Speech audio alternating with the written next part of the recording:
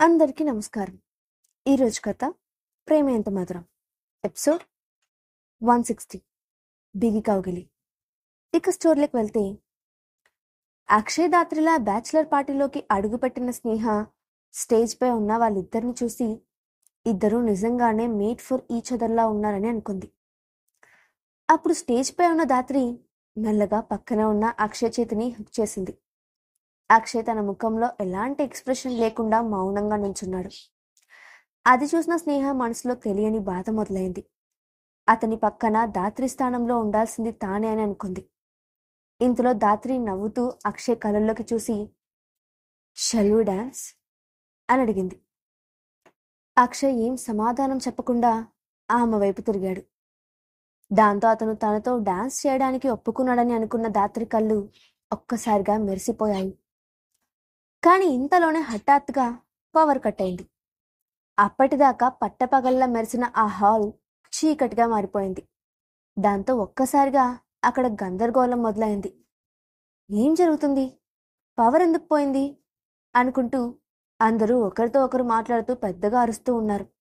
వెంటనే దాత్రి కూడా ఏమైంది అనుకుంటూ సెక్యూరిటీ సెక్యూరిటీ అని పిలిచింది. కానీ చీకట్లో ఆ గొడవలో ఆమె గొంతు ఎవరికీ వినిపించలేదు. వెంటనే ఎందుకో దాత్రి మనసు కీడు శంకించింది. జరగరానిది ఏదో జరగబోతుందని ఆమె మనసులో భయం మొదలైంది. దాంతో ఆమె వెంటనే అక్షయ్ అక్షయ్ అని పిలుస్తూ అతని కోసం చేతులతో వెతుకుతూ, అక్షయ్ నువ్వు ఇక్కడే ఉన్నావా అని అడిగింది. ఇక్కడే ఉన్నాను అంటూ ఆమెకు కొంచెం దూరంలో అక్షయ్ గొంతు వినిపించింది. దాంతో దాత్రి అమ్మయ్య అని ఊపిరి పీల్చుకొని, ఇంత హఠాత్తుగా కరెంట్ ఎందుకు పోయింది అక్షయ్ అని అడిగింది. కానీ అక్షయ్ వైపు నుండి ఎలాంటి ఆన్సర్ రాలేదు. నిజానికి ఆ పార్టీ అరేంజ్ చేసింది దాత్రి. కానీ ఆ పార్టీలో తాను చేయాల్సిన పనికి ముందు రోజు నుండే ప్లాన్ చేసుకున్నాడు త్రిపాఠి. అక్షయ్ వైపు నుండి ఎలాంటి ఆన్సర్ రాకపోయినా దాత్రి మళ్ళీ మాట్లాడుతూ, అక్షయ్ మనం ఇప్పుడు ఏం చేయాలి, పార్టీ డిస్టర్బ్ అయిపోయింది అని అంది. అయినా అక్షయ్ వైపు నుండి ఎలాంటి సమాధానం రాలేదు. దాంతో ఆమెకు అంతా అయోమయంగా అనిపించింది.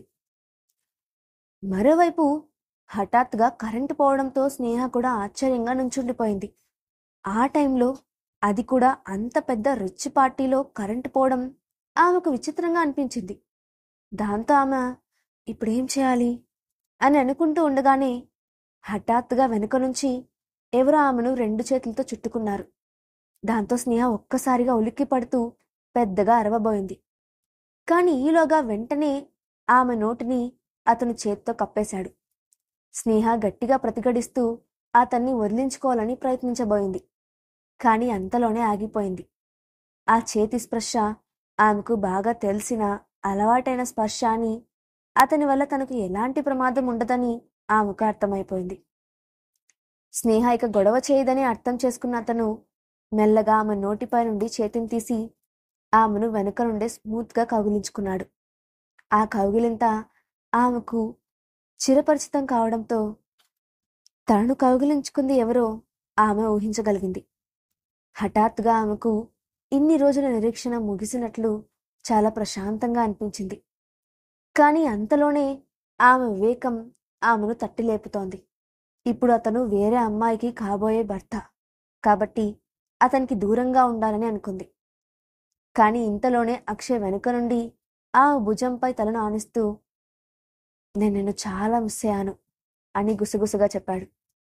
నిజానికి స్నేహ ఆ హాల్లో అడుగు పెట్టగానే అక్షయ్ ఆమెను గుర్తించాడు.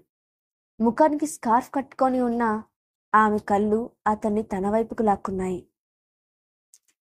ఆ తర్వాత స్టేజ్పై ఉన్న అక్షయ్ సైగను అనుసరించి త్రిపాఠి వెళ్ళి పవర్ కట్ చేశాడు.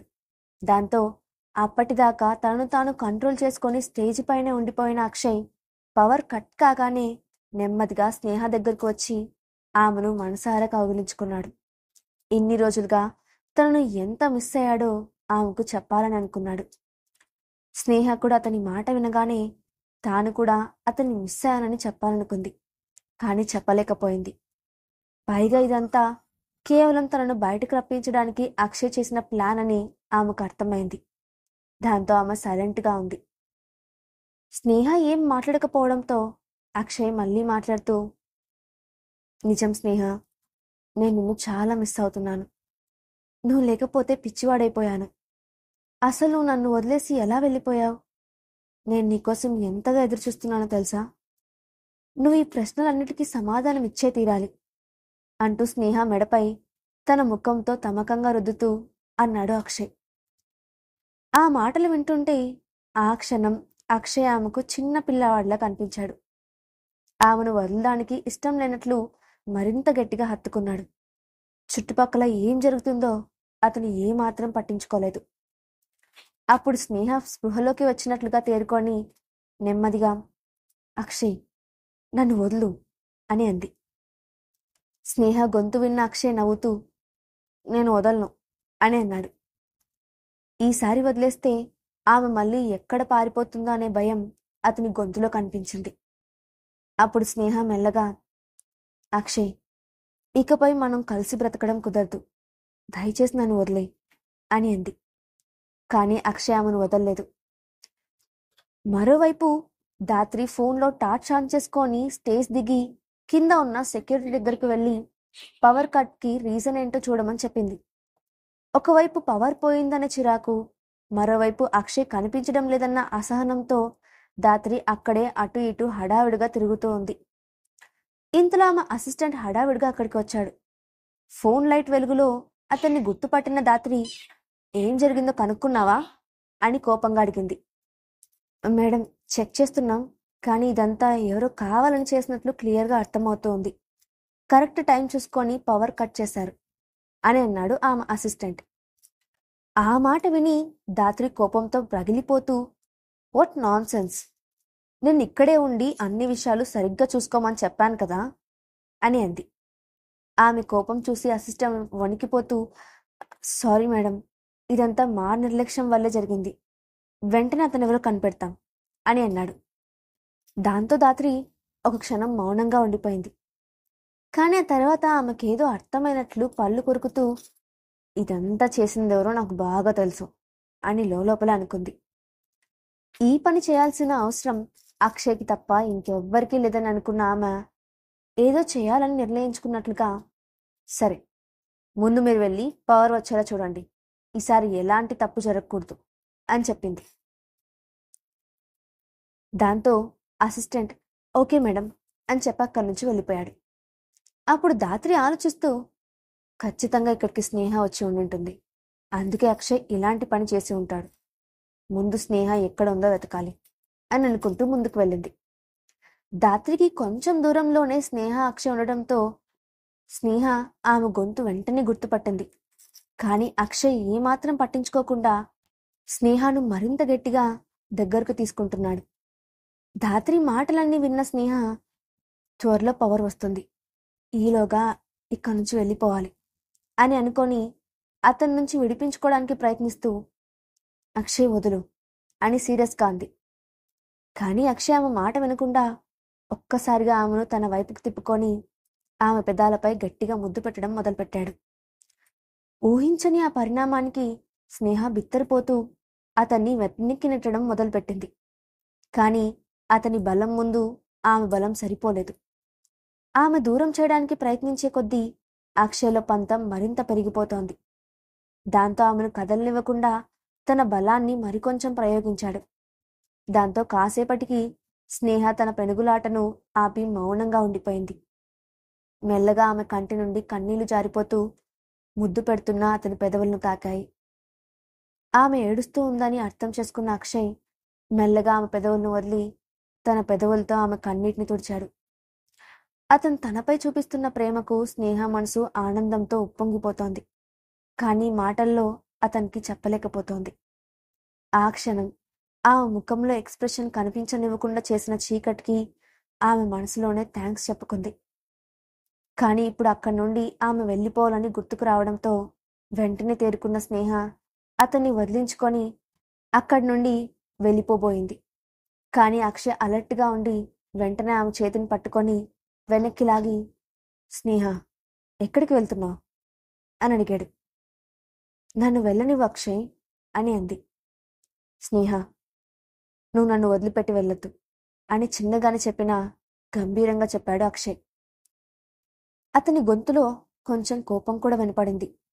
అయినా అతని మాటలను పట్టించుకోకుండా స్నేహ అక్కడి నుంచి ఎలాగైనా బయటపడాలని అనుకుంటూ, నన్ను వదిలే అక్షయ్, నీ పని నువ్వు చూసుకో. నువ్వు లేకపోయినా నేను చాలా హ్యాపీగా ఉన్నాను. ఇక నా గురించి నువ్వు ఆలోచించకు అని అంది. అప్పుడు అక్షయ్ కోపంగా స్నేహ చేతిని పట్టుకొని ఆమె చెవి దగ్గరికి వచ్చి, స్నేహ, నువ్వు సంతోషంగా లేవని నాకు తెలుసు. ఈ ప్రపంచంలో నువ్వు అందరినీ మోసం చేయొచ్చు, కానీ నన్ను మాత్రం మోసం చేయలేవు అని చెప్పాడు. ఆ మాటకు స్నేహ తల పక్కకు తిప్పుకుంటూ, నీతో గడిపిన జీవితమంతా నా గతం.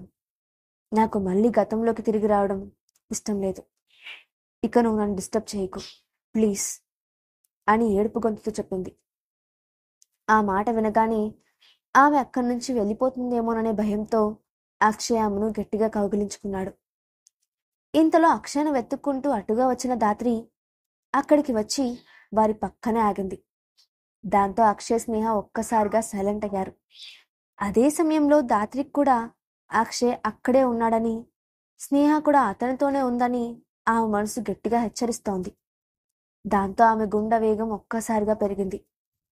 ఇప్పుడు తన చేతిలో ఉన్న లైట్ అటువైపు తిప్పితే అక్కడ స్నేహ కనిపిస్తుందేమోనని ఆమె గుండె దడదడలాడింది. ఈరోజు తన పెళ్లికి ముందు సంతోషంగా బ్యాచిలర్ పార్టీ చేసుకోవడానికి వచ్చింది ఆమె. కానీ ఇప్పుడు తనకు కాబోయే భర్త మరో అమ్మాయితో కనపడతాడన్న ఊహ ఆమెను నిలువెల్లా దహించి వేస్తోంది. కానీ ఆ టైంలో హఠాత్తుగా ఆ మనసులో ఏదో ఆలోచన వచ్చినట్లయింది. వాళ్ళిద్దరి మధ్యకు ఆమె వెళ్ళాలని అనుకోలేదు. దాంతో వెనక్కి వెళ్ళి మళ్ళీ స్టేజ్ పై నిలబడి చీకట్లో గందరగోళంగా మారిన ఆ పార్టీని ఉద్దేశించి మాట్లాడుతూ, మీరంతా కొంచెం ప్రశాంతంగా ఉండండి, మరి కాసేపట్లో పవర్ వస్తుంది. ఇదంతా కేవలం నా కాబోయే హస్బెండ్ మనల్ని కాసేపు ఆట పట్టించడం కోసం చేశారు. త్వరలోనే అంతా సర్దుకుంటుంది అని చెప్పింది. ఆ మాట వినగానే ఆ పార్టీలో ఉన్న వారంతా ఒక్కసారిగా సైలెంట్ అయ్యారు. వెంటనే ఆ ఫ్రెండ్స్లో ఎవరో పెద్దగా మాట్లాడుతూ, రాత్రి నీకు కాబోయే హస్బెండ్ నిన్ను ఆట పట్టించాలనుకున్నారా, లేక చీకట్లో ఏదైనా నీకు సర్ప్రైజ్ ఇవ్వాలనుకున్నారా అని నవ్వుతూ అడిగింది. ఇంతలో మరో అమ్మాయి, అవును దాత్రి, ఇది నీకు ఎంత స్వీట్ సర్ప్రైజ్ ఇచ్చిందో నాకు తెలియదు, కానీ మాకు మాత్రం డార్క్ ఎక్స్పీరియన్స్ ఇచ్చింది అంటూ నవ్వింది. దాంతో అక్కడ అందరూ పెద్దగా నవ్విన శబ్దం వినిపించింది. అక్షయ్ కూడా ఆ మాటలు విన్నాడు. కానీ అతని మనసంతా స్నేహ అతన్ని వదిలి వెళ్తుందేమోననే టెన్షన్లోనే ఉండిపోవడంతో స్నేహాన్ని వదలకుండా గట్టిగా పట్టుకొని ఆమె ముఖాన్ని తన చేతులతో దగ్గరికి తీసుకొని ప్రేమగా మాట్లాడుతూ, స్నేహ ప్లీజ్ అర్థం చేసుకో, నువ్వు ఇక్కడి నుంచి వెళ్ళే ఆలోచన చేయొద్దు అని అన్నాడు. దాంతో స్నేహ లేని కోపాన్ని తెచ్చుకుంటూ, అక్షయ్, మీరు మర్యాదగా నా చేతిని వదలండి. ఇక మీకు నాకు ఎలాంటి సంబంధం లేదు. దీన్ని ఇంతటితో ఆపేస్తే మంచిది. నేను మిమ్మల్ని చివరిసారి హెచ్చరిస్తున్నాను అని అంది. ఆ మాట విన్న అక్షయ్ నమ్మలేనట్లుగా, ఏంటి ఇప్పుడు నువ్వేమన్నావు అని పళ్ళు కొరుకుతూ, నీకు నాకు సంబంధం లేదా అని అన్నాడు. అప్పుడు స్నేహ ఆ క్షణం మౌనంగా ఉండి ఆ తర్వాత మళ్ళీ మాట్లాడుతూ, అవును అక్షయ్, ఈ ప్రయాణంలో మనం తిరిగి వెనక్కి వెళ్ళలేం. ఇప్పటికే నువ్వు నీ దారిని వెతుక్కున్నావు. ఇక నువ్వు ఆ దాతల్ని పెళ్లి చేసుకొని సంతోషంగా ఉండు. నన్ను ఇబ్బంది పెట్టడం మానేసే. ఇక నీకు నాకు ఎలాంటి సంబంధం లేదు అని చెప్పింది. కానీ ఆ మాటలు చెప్తున్నప్పుడు ఆమె గుండెని తెలియని బాధతో విలవిల్లాడిపోయింది. స్నేహ మాటలు విన్న అక్షయ్కి ప్రాణం పోయినట్లు అనిపించింది. అదే సమయంలో అతను స్నేహపై కోపంతో ఊగిపోయాడు. ఆమెను కనిపెట్టడం కోసం ఇంత కష్టపడి ప్లాన్ చేస్తే చివరికి స్నేహ తనను వదిలిపెట్టి వెళ్తానని మాట్లాడుతోంది. దాంతో అతను ఆవేశం పట్టలేక స్నేహ భుజాన్ని గట్టిగా పట్టుకొని ఏదో అడగబోయాడు. కానీ ఇంతలో ఒక్కసారిగా హాల్ మొత్తం లైట్లతో వెలిగిపోయింది. వెంటనే అక్షయ్ తల పైకెత్తి చూశాడు. ఎవరైనా చూస్తారేమోనని కంగారు పడిన స్నేహ వెంటనే అతని చేతిని వదిలించుకొని ఒక్క క్షణంలో వెనక్కి తిరిగి కనిపించకుండా పోయింది. కానీ వెళ్ళేటప్పుడు చివరిసారిగా అక్షయ్ కళ్ళల్లోకి చూడడం మాత్రం మర్చిపోలేదు. ఆ చూపు అతన్ని మరింత బాధ పెట్టింది. దాంతో అక్షయ్ నిస్సహాయంగా పిడికిలు బిగించడం తప్ప ఏం చేయలేకపోయాడు. ఇంతలో అతని దగ్గరికి హడావిడిగా వచ్చిన దాత్రి, అక్షయ్, నువ్వు ఇక్కడున్నావా? ఆర్ యూ ఓకే అని కంగారుగా అడిగింది. కానీ ఎర్రబడ్డ అతని ముఖం, తడిసిన తన పెదవులు ఆమెకక్కడ ఏం జరిగిందో చెప్పకనే చెప్పాయి. అయినా దాత్రి వాటి గురించి పట్టించుకోనట్లుగా ఉండడానికి ప్రయత్నించింది. అక్షయ్ ఆ టైంలో ఆమె తన ఎదురుగా వచ్చి నుంచున్నందుకు లోపలే విసుక్కుంటూ ఆమె వైపు చూశాడు. సరిగ్గా అదే సమయంలో ఆ హాల్ నుండి బయటకు వెళ్తున్న స్నేహ దాత్రి కంటపడింది. ఆమె తనకు దూరంలోనే ఉన్నా కూడా క్షణంలోనే గుర్తుపట్టిన దాత్రి వెంటనే అక్కడే ఉన్న తన అసిస్టెంట్ వైపు చూసింది. ఆమె చూపుల్లో అర్థాన్ని త్వరగానే గ్రహించిన అసిస్టెంట్ వెంటనే అక్కడ ఉన్న గార్డ్స్తో ఆమెను పట్టుకోండి అని ఆర్డర్ వేశాడు. దాంతో వెంటనే అక్కడున్న గార్డ్స్ అందరూ ఒక్కసారిగా ఆమెను చుట్టుముట్టారు. అప్పుడు దాత్రి తల తిప్పి అక్షయ్ వైపు చూసింది. అక్షయ్ ముఖంలో కొంచెం కూడా భయం కనిపించలేదు. ఈలోగా పార్టీకి వచ్చిన వాళ్ళందరూ తల తిప్పి అక్కడ ఏం జరుగుతుందని వింతగా చూడడం మొదలుపెట్టారు.